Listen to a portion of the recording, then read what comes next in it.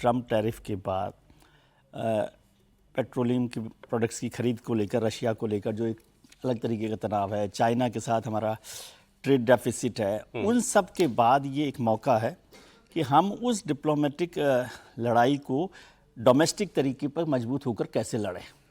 मुझे लगता है आत्मनिर्भरता को लेकर स्वदेशी अभियान को मेरे ख्याल से ज़्यादा बेहतर तरीके से डिफाइन करें, क्योंकि अभी हम हिंदुस्तान में स्वदेशी को लेकर बहुत कंफ्यूज हैं। मोटे तौर पर गांधी से मोदी तक में स्वदेशी अभियान अलग अलग तरीके से अलग अलग मौक़ों पर याद किया गया। तो क्या ये मेक इन इंडिया है, क्या ये मेड इन इंडिया है, क्या ये असेंबल इंडिया है, इन सब को कैसे साथ लेकर चला जा सकता है या अलग अलग कैसे किया जा सकता है? क्योंकि मैं समझता हूँ पहला स्टेप ये भी हो सकता है, make in India made in India की बहुत लोग आलोचना करते हैं, लेकिन असेंबल इंडिया भी फर्स्ट स्टेप होता है। जब आप कोई चीज़ के लिए पूरी तरह से टेक सेवी नहीं है, हाँ, तो पहले उस पर काम करते हैं, उसको असेंबल करते हैं, फिर उसके साथ आगे कंडीशन लगाते हैं कि भाई हमें टेक्नोलॉजी भी चाहिए, फिर आप प्रोडक्ट भी यहाँ बनाइए। तो वो पूरा आत्मनिर्भर भारत। और जो प्रधानमंत्री जी ने एक दिन कहा था, आपको याद हो, कि करेंसी का कोई रंग हमें फर्क नहीं पड़ रहा। हाँ, वो डॉलर है कि पाउंड है, हाँ, काला है कि गोरा है, हाँ, तो वो सब। तो इसका मतलब वो आत्मनिर्भरता और स्वदेशी को कैसे हम डिफाइन करें, क्योंकि मुझे अब भी लगता है कि देश में बहुत सारे लोग स्वदेशी अभियान को लेकर कंफ्यूज। लेकिन आपको लग रहा है ये कल जो जीएसटी दरें लागू होंगी उससे ही रिलेटेड होगा? उससे रिलेटेड उसको हम कैसे आगे बढ़ाएंगे या उसका मायने क्या है? क्योंकि स्वदेशी वो जीएसटी रिफॉर्म की तो सारी रेट्स वगैरह सब तो तय कर दिए। यही बात है एक्चुअली जो आपने भी कही ना, अखबारों में फुल पेज ऐड कंपनियां लगातार दे रही हैं, सरकार के सारे मंत्री ये कितना बड़ा रिफॉर्म है बता चुके हैं देश को, तो फिर उससे एक शाम पहले उससे आगे कैसे बढ़ेंगे और इसका क्या मायने है, क्यों जरूरत पड़ी, ये भी अभी बहुत सारे लोगों को नहीं समझ में आ रही ना बात कि क्यों ऐसे जरूरत पड़ी है। कोई आज तो इलेक्शन भी नहीं हो रहा, नहीं तो आप कल कह सकते थे भाई इलेक्शन के लिए कि बड़ा फैसला किया गया है, उसको भी फिर ये भी समझना। ये अच्छा है ना कि कोई चुनाव नहीं है अभी, तो ऐसा तो चुनाव नहीं हो रहा।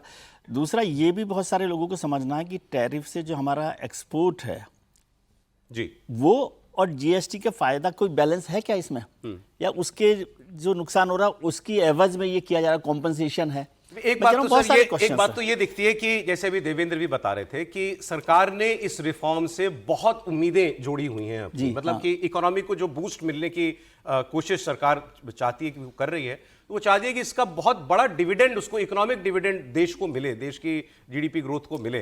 क्या वो होगा? हो सकता है उसके लिए वो एक बार फिर प्रधानमंत्री, कितनी बड़ी चीज सरकार ने की है उसको एक बार फिर देश के सामने अंडरलाइन रेखांकित करना चाहते हैं। अंडरलाइन करना इसमें इंपॉर्टेंट है जी, क्योंकि ये राहुल जी, सरकार ने जब ये रेट्स रैशनलाइज किए तो सरकार का अपना रेवेन्यू और राज्य सरकारों का भी रेवेन्यू का एक बहुत बड़ा हिस्सा कम होगा, लेकिन उससे ज्यादा की भरपाई हो इस नियत से यह किया गया है। और वो तभी होगा जब लोग इसके पैमाने को समझें, लोग ये समझें कि ये जीएसटी दरें कम करने का, स्लैब्स कम करने का उनके जीवन के हर क्षेत्र पर असर पड़ने जा रहा है, और वो उसको उस तरीके से लें। देखिए, जो देश में सरकार का रेवेन्यू है, अगर उसको 1 रुपया मान लें तो उसमें 66 पैसे टैक्सेस से आते हैं। ठीक है, अब अगर इतना बड़ा मामला है और आप जो है जीएसटी में इतना बड़ा फेरबदल करते हैं, तो नेचुरली सरकार के अंदर भी ये चिंता होगी कि क्या हमारा रेवेन्यू तो नहीं गिरेगा।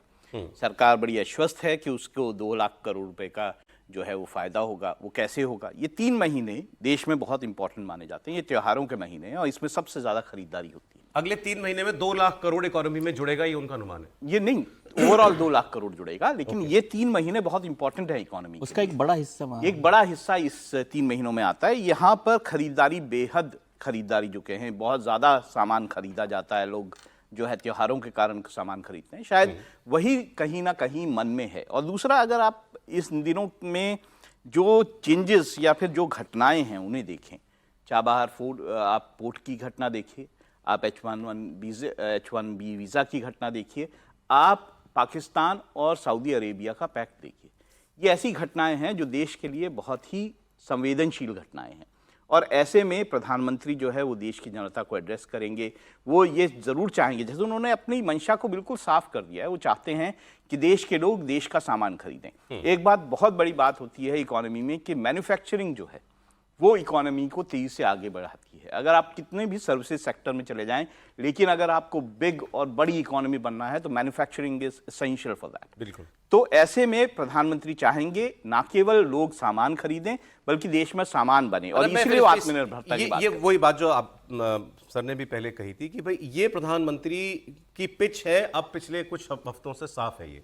लेकिन क्या इसको किसी अभियान का रूप, अगर आप कोई नाम ही दें इस अभियान को, प्रधानमंत्री अगर बहुत दें, जरूरी, तो उससे जुड़े, जैसे आपने स्वच्छता को एक मिशन बनाया देश के अंदर, तो आत्मनिर्भरता या स्वदेशी को एक मिशन के रूप में प्रस्तुत देश के सामने क्या ये मुमकिन है वो करें?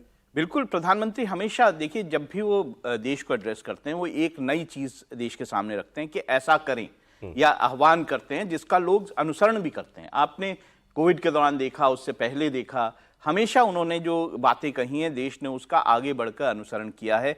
मुझे लगता है इस बार भी प्रधानमंत्री ऐसी ही एक अपील देश से लोगों से करेंगे, उनको एक दिशा देंगे जिसके कारण लोग उस पर आगे बढ़ेंगे।